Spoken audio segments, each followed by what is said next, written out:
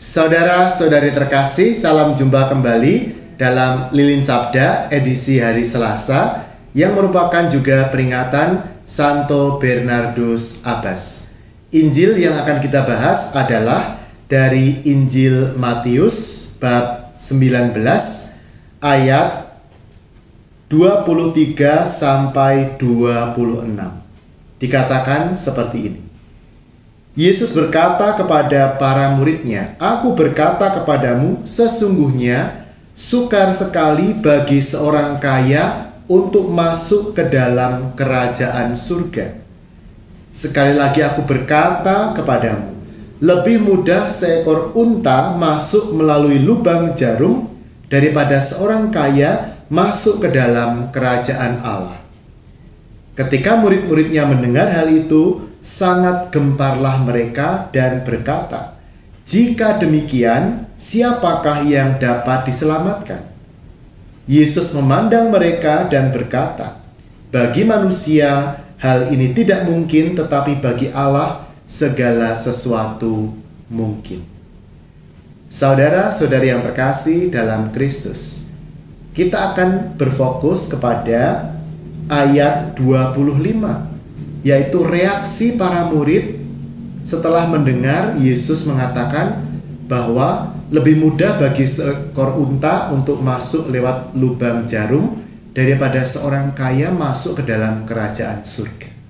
Apa arti dari reaksi keheranan para murid ini?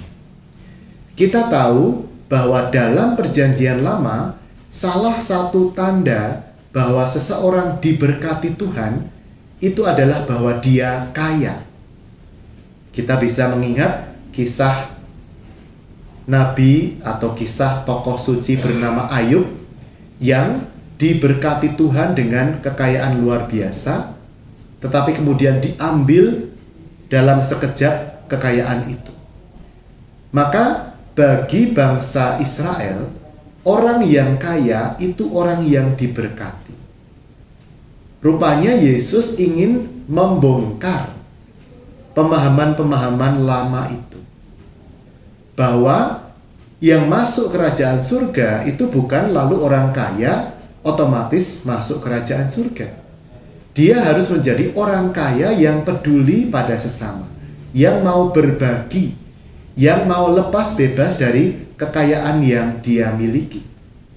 Persis itulah yang dituntut oleh Tuhan Yesus kepada seorang pemuda yang datang kepadanya dan bertanya dalam Injil hari yang kemarin, "Apa yang harus kulakukan untuk masuk surga?" Yesus mengatakan, "Jualah segala milikmu dan berikanlah kepada orang miskin." Dan si pemuda itu sangat sedih karena hartanya banyak, karena dia terikat pada hartanya yang banyak. Saudara-saudara yang terkasih dalam Kristus, lalu ada gambaran tentang unta yang masuk lubang jarum. Ternyata para penafsir mengatakan lubang jarum itu bukan berarti jarum yang kemudian ada lubangnya ya. Kan sangat mustahil dimasuki seekor binatang sebesar unta. Yang dimaksud lubang jarum sebenarnya adalah sebuah pintu masuk di tembok kota, misalnya kota Yerusalem, yang dibuka memang tetapi sempit. Supaya apa? Supaya orang tidak bisa sembarangan masuk. Maka dibuat agak pendek begitu, supaya yang bisa lewat itu sebenarnya hanya satu orang manusia. Ya, unta bisa juga masuk ke situ, tetapi harus menunduk, harus dengan susah payah diatur supaya bisa masuk ke situ.